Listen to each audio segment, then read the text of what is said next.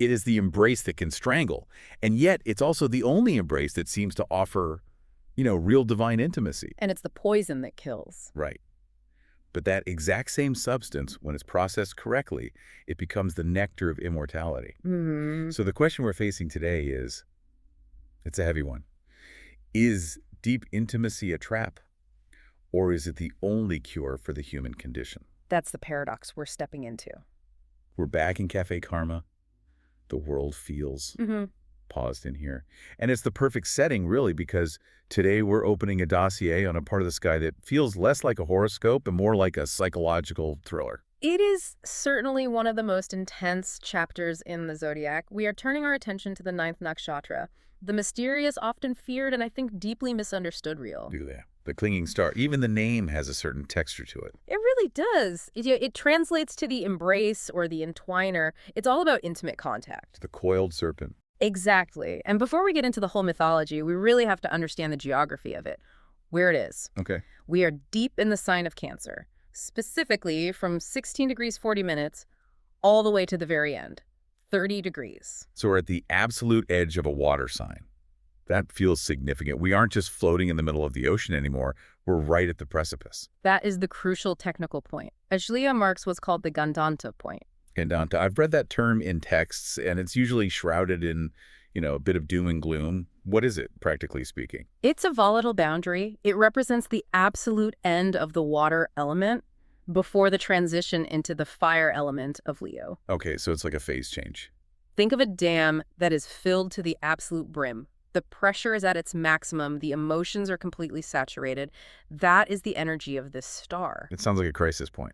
It is. It's the point where the soul realizes, I have felt everything I can possibly feel in this family, in this body, and now I have to leave it all behind to become an individual. Wow, that sounds incredibly painful, like a psychological pressure cooker. It is. It's the pain of a not being untied. You're moving from total merging in Cancer to total individuation in Leo. And that transition requires a shedding of skin.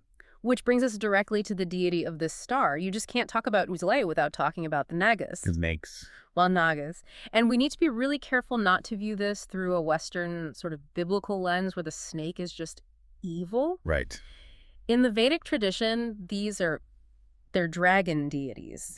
Highly intelligent, shape-shifting beings who guard the treasures of the underworld. The notes mention Patalaloka.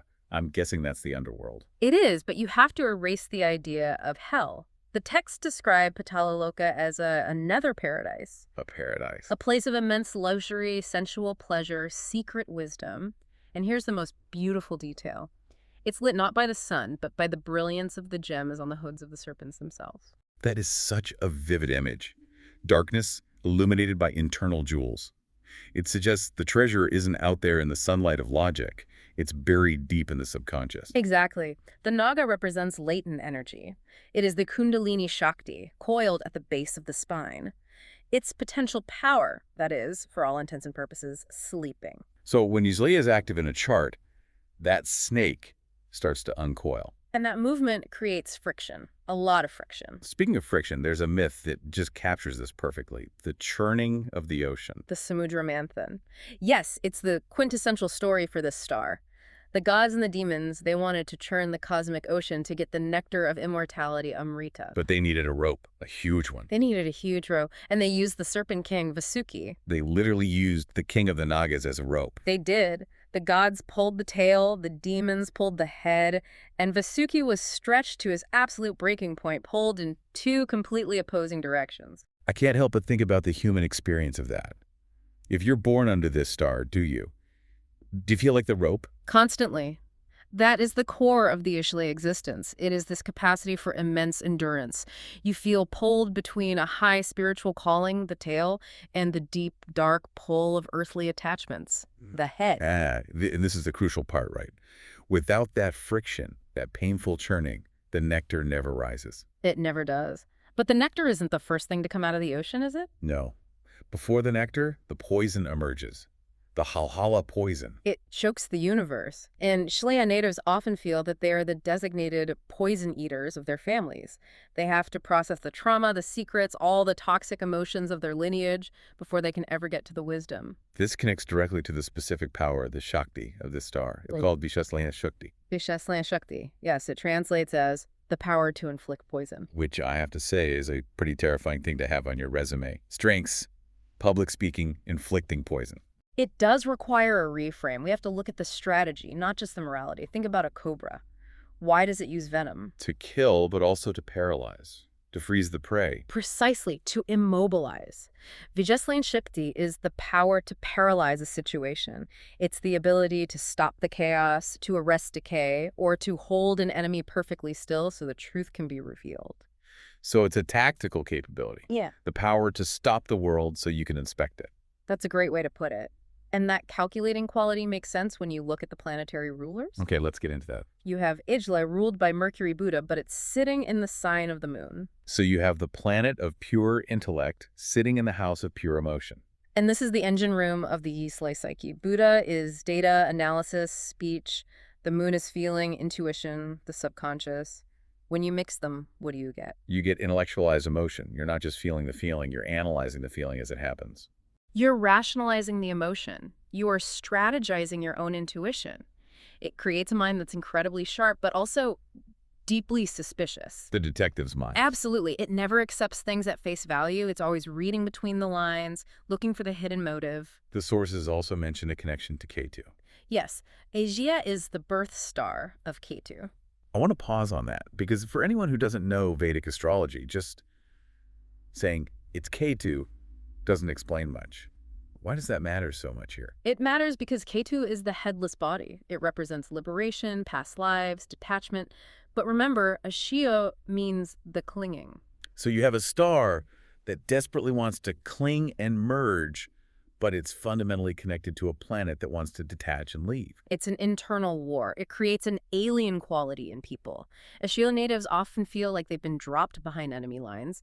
They're eccentric, they see things from a strange angle, and they often feel this weird disconnect from their own bodies or families because of that Ketu influence. Okay, let's stir the pot a little. Let's move into the human experience of this. If I'm sitting across from someone with prominent planets in Nagila, right here in this cafe, what am I seeing? You're probably seeing the eyes. The classic texts always mention snake eyes. A hypnotic gaze. A piercing, hypnotic gaze. They don't just look at you, they seem to be scanning you. But psychologically, the most defining trait is the defensive shell. Because they're at the end of the water element. Yes. These people are human barometers. They feel every single shift in the vibrational atmosphere around them. So the coldness, the aloofness that people often describe, that's not a lack of feeling. Oh, no. It's the complete opposite. It's an excess of feeling. It's a protective measure. If you felt everything everyone else in the room was feeling, you would build a wall, too. Which creates the central paradox, doesn't it? The name means the embrace. They crave intimacy, they want to entwine, but they're terrified of that exposure. It's the paradox of the embrace. They want to merge completely, like the coil of a snake. But the moment they feel threatened or overwhelmed, they withdraw. Instantly. It's a push-pull dynamic. Come closer, closer. No, get away. It's too much. Exactly. And there's an animal symbol for this star that explains this even better than the snake. The male cat. It fits perfectly, doesn't it? Think of a male cat. Independent, sleek. It roams alone. It is fiercely protective of its territory. And most importantly, it's affectionate, but only on its own terms. Only on its own terms. You cannot force a cat to cuddle. And if you try, you get the claws. That is Yuliar relationship energy in a nutshell. We have to talk about the shadow side, though, the poison aspect. Because Yulia definitely has a reputation, and we can't just ignore it. No, you can't. The shadow manifests as deep suspicion and sometimes deception, because the Naga mythology has so much trickery in it. Like the story of making the white horse's tail look black to win a bet? Right, so there's this inherent understanding of how to manipulate perception. It can lead to paranoia. Lock your doors and mistrust your neighbor is an old phrase tied to the lower vibration of Shilia. And it comes from projection, I assume. The fear that because I am hiding something, you must be too. Exactly.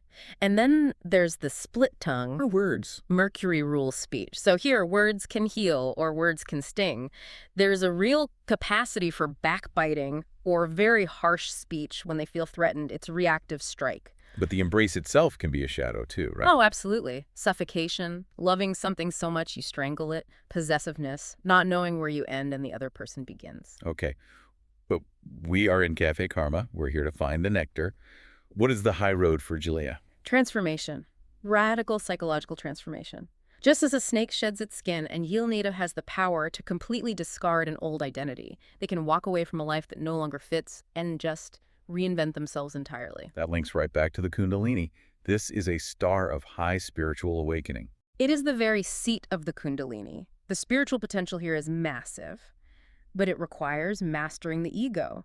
There's that beautiful myth about Krishna and the serpent Kalia. Kalia was poisoning the river, the Yamuna. Yes, the water, the emotion was toxic, and Krishna didn't kill the serpent? No, he danced on its many hoods. He danced on the snake, he subdued it, he mastered the rhythm of the poison. And the lesson for Leah is that you don't kill your serpent nature. You don't destroy your intensity or your perceptiveness. You master it. You dance upon the ego. So that the poison is contained and the energy can be used for something higher, it creates a serpentine mystic, someone who knows all the dark alleys of the human soul, but chooses to walk in the light. So if someone is navigating this energy, maybe their moon or their ascendant is here, what's the blueprint for handling it? The notes mention emeralds, but I feel like we need to go deeper than jewelry. Strategically, you have to look at the physiology of it. You have Mercury, which is the nervous system. It's basically electricity. Sitting in water. It's sizzling. It is constantly overheating, so you have to cool it down. Green and turquoise are mentioned as colors. Visually, yes, those help because they're cooling colors. But the most potent remedy, I would argue, is Mona. Silence. Yeah. Quiet. Active silence. Because of that Mercury influence, the Ozomind is constantly vibrating, constantly processing data. It never stops. The Naga needs to go back into the hole and rest. Unplugging. Completely unplugging from the internet, stopping a constant influx of information. Silence allows the coil to loosen. If they don't do that, they burn out. I suppose Hatha Yoga fits right in there too. Yeah. Physically unwinding the coils. Perfectly. It aligns the spine, which is the pathway of that serpent energy, and there's a specific mantra. Which is? O Sarpa Devaya Nama. It's a way of honoring the serpentine energy, of acknowledging it rather than fighting it. What about vocation? Where does this kind of energy fit in the workforce? Anywhere that requires digging beneath the surface. Spies, detectives, psychologists, anyone who navigates the underworld of the human mind. Chemical engineers. Working with poisons and cures. Yes, absolutely. Pharmacists. The symbol of medicine itself is the caduceus two snakes entwined. That is puragely. Also, anything literally underground, petroleum, mining, hidden resources. It really seems like Jeel is a threshold. It's the gatekeeper between the ordinary world and the deep, often scary world of the subconscious. It is the courage to face that darkness. You cannot find the nectar without churning the ocean. You can't find the truth without facing the poison. Ajli teaches that the only way out is through. It demands that we stop just floating on the surface and dive to the bottom where the dragons are. And then realize that the dragons are guarding the jewels. As we finish our coffee, here's a thought to take with you. We all have a skin we're afraid to shed. We all have something we are clinging to, convinced it's keeping us safe, when in reality, it might be the very thing stopping us from becoming who we are meant to be. So the question to ask yourself is, what is the one attachment you are holding on to that is actually strangling you? And what would happen if you finally let the coil loosen?